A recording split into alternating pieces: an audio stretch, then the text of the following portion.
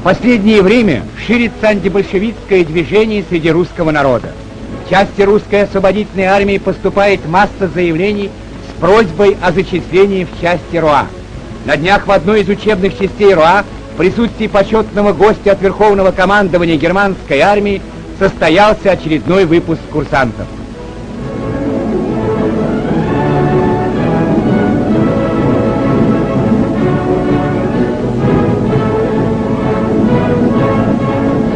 Перед отправлением в часть курсанты присягали на верность Родине.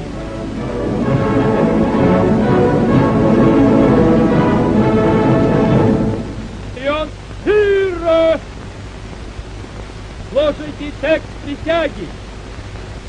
Я, верный сын моей Родины, вступая добровольно в ряды русской освободительной армии, торжественно клянусь честно бороться против большевиков за благо моей Родины.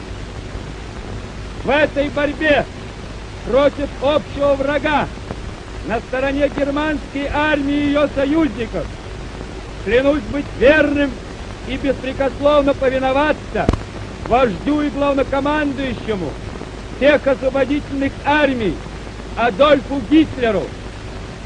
Я готов во исполнении этой клятвы не щадить себя и свою жизнь.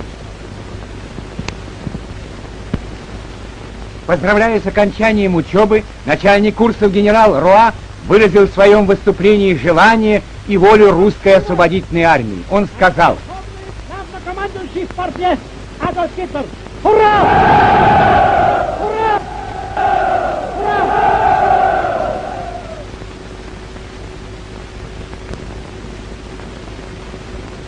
Господа, поздравляю вас с окончанием работы здесь на курсах и с переходом к новой работе.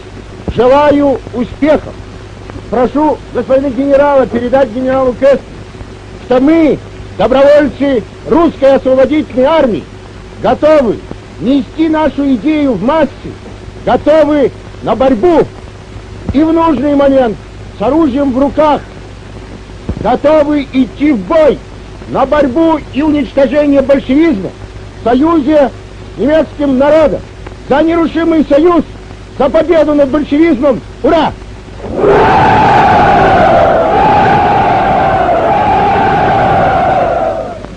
Четко отбивая шаг под звуки барабанного боя, торжественным церемониальным маршем проходят части русской освободительной армии, только что принесшие присягу.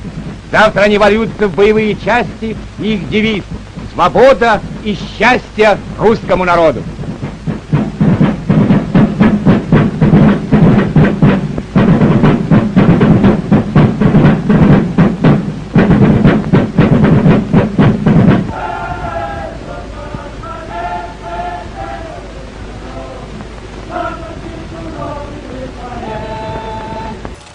Миф о том, что на стороне нацистов воевала всего лишь жалкая кучка отщепенцев, был создан Сталиным еще во время войны.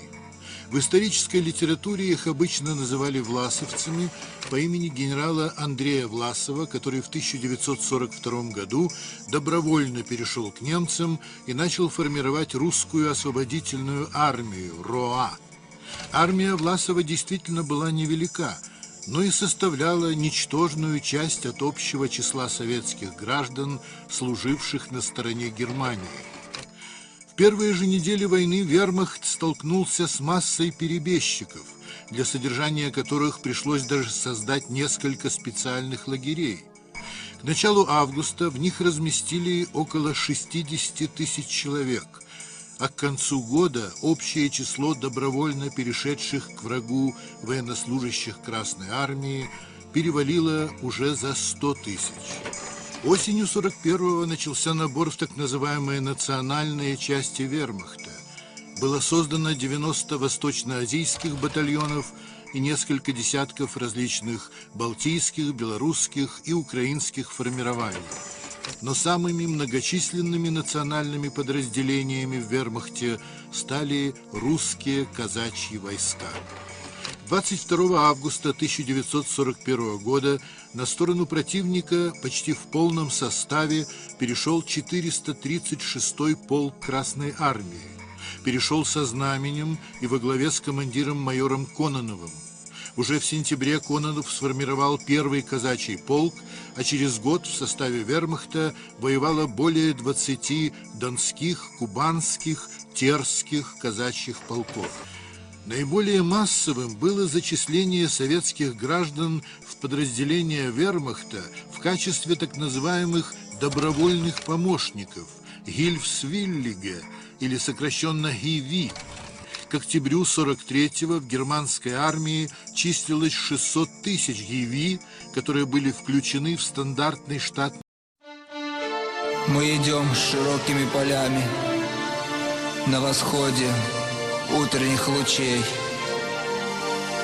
Мы идем на бой с большевиками за свободу Родины своей.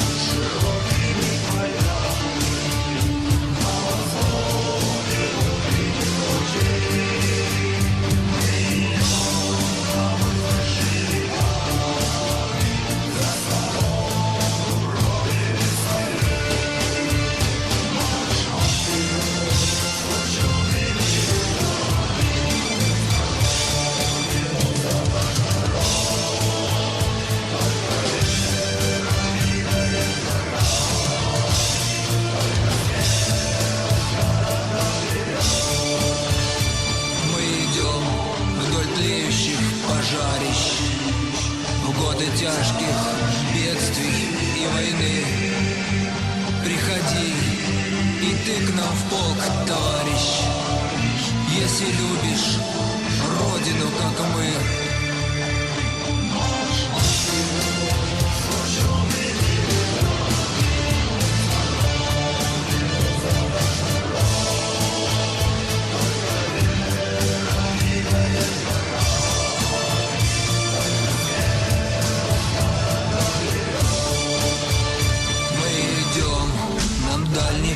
Страшен, не страшна суровая война.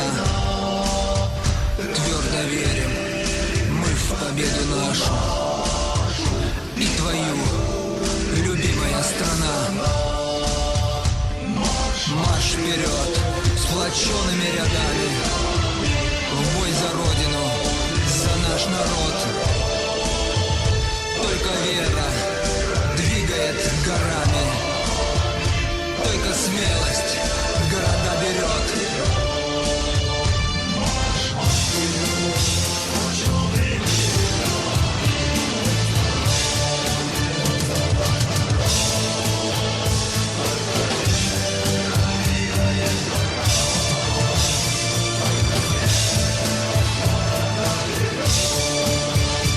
Мы идем, над нами флаг трехцветный, льется песня по родным полям.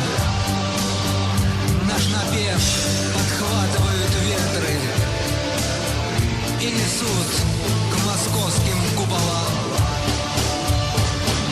Марш вперед железными рядами, в бой за Родину, за наш народ. Только вера двигает горами, только смелость города берет. Только вера двигает горами, только смелость города берет.